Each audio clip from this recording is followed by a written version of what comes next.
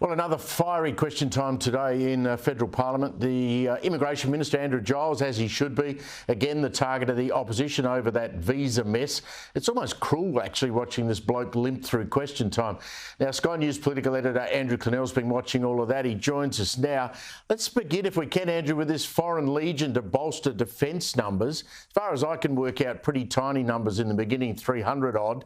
Is this a distraction from that visa mess or a real cry for help to sort of bolster up the numbers in the Army, the Air Force and the Navy?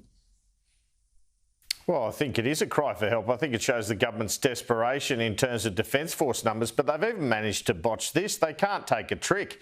Matt Keogh, is the Minister for Defence Personnel, got up and said from the start of next year it'd be from every country that these people, once they've been permanent residents for a year, could come and be members of the Defence Force. But that's not the policy. It's New Zealand in the first instance from July, and then Five Eyes countries at the start of next year, and then further down the track they might look at people from other countries. So, yeah, OK, maybe it's a little bit of a distraction, but it turned out to be an unwelcome one because the opposition just came out and attacked that as well, Steve.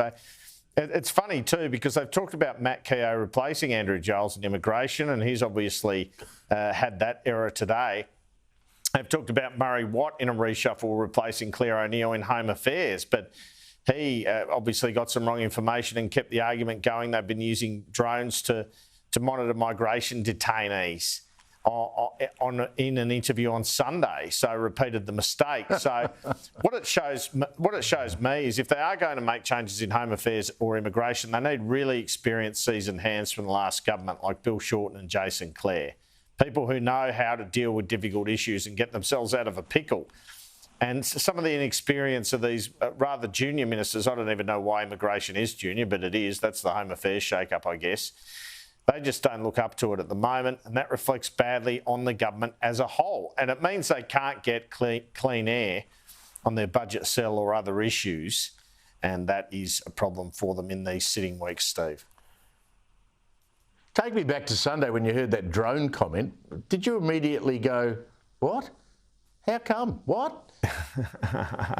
Well, Andrew Giles first said it to Kieran in an interview last Thursday. I kind of was listening to the interview, but I missed it, to be honest, because he only briefly mentioned it. Then I read that he'd said it, and that's when I said, what? And on Saturday, the Minister's office was insisting the comments were correct. And I went to the ABF, they just wouldn't comment and said there's legislative reasons we can't comment on operational matters. So, yeah, I was more fascinated. I thought, could this be true and how would it work and how exciting? And, you know, let's get the detail. But it turned out to be complete BS, Steve. It was so amusing. I just, see these drones hovering over people's houses trying to work out whether they got their ankle bracelets on or not. Now, I love Senate estimates. They're so much more entertaining than question time. They give you a real insight into the government and the public service. Great entertainment. I started the show today talking about this NDIS fraud boss revealing that there are clients taking their handlers down to ATMs, the caseworkers. They get cash out of the ATM and they then buy drugs. There's blokes buying cars, people taking holidays. I mean, this thing is an absolute giant mess if this is going on. And this is the fraud investigator, Andrew. Yeah, well, so the government's argument is, well, we're identifying it, we're stopping it, we're getting money paid back. The opposition's obviously saying there's too much waste in the scheme. You've had 2 years, you haven't fixed it. Well, Bill Shorten got up in the House and said, well, you were in government for 10 years and you never fixed it, and that's why this is going on. So the blame game going on between both sides, but both sides don't have the political will to really tackle the NDIS. I think Peter Dutton and his team sort of think it'll feed too much into the hard man issue. There's too many voters now on the scheme, so they only want to tackle it at the margins. It seems Bill Shorten only wants to tackle it at the margins. It was a Labor scheme after all. And as a result, the whole budget gets swallowed up. And the arguments come that we need to tax more. I mean, it should be the number one focus for spending waste. And these are the most extreme examples that we heard, and it shocked me. And not much shocks me these days, Steve, I've got to tell you. But I think there's much more to it. There's no means testing of it. It's completely uncapped. The various conditions have gone wider and wider and wider. It's not just for the profoundly disabled. State governments have dropped their bundle in terms of support services as a result. The federal government's trying to get a deal with them to reinstate some of them.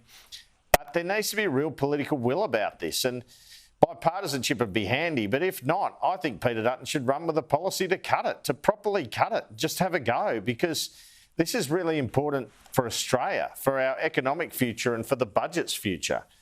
And I suspect we won't see political will, because the last few elections, apart from 2013, it's pretty much been either side, a small amount either side of a majority government or a minority government in Australia. The closer elections get, the less political will there is for meaningful reform. Yeah, well, I agree with you completely there, because if you criticise it, even if you're sitting in your chair there or mine here, and you question why we're spending $45 billion on NDIS and how it's being rorted, there's a section of the community, and the Greens senator, he weighed in last night in Senate estimates, you're seen as bagging disabled people, which you're not doing at all. I mean, the genuine disabled are using this scheme in the way it was designed. But once you put, as you know better than anyone, Andrew, a big pot of government money on the table and it's there permanently, there'll be crooks who'll work out how to get their hands on it. It's just through so many facets of the scheme. It's not just these extreme examples. It's also, if there's an NDIS product, it gets marked up because the supplier knows, and I've reported on that before, the supplier knows the NDIS is paying for it, not just a punter. So there just needs to be reform across the board. I actually think Shorten's trying, but I just don't think the will is there on either side, including in the government, to really do something controversial on it. And it requires that. Frankly, with these things, you often find, Steve, that it requires a Labor government to do it because you wouldn't expect them to do it. And so they have an ability to get past the advocates and do some of the tough things, kind of on the left, if you like.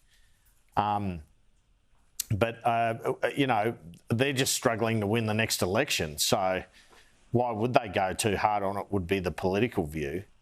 But something's got to be done.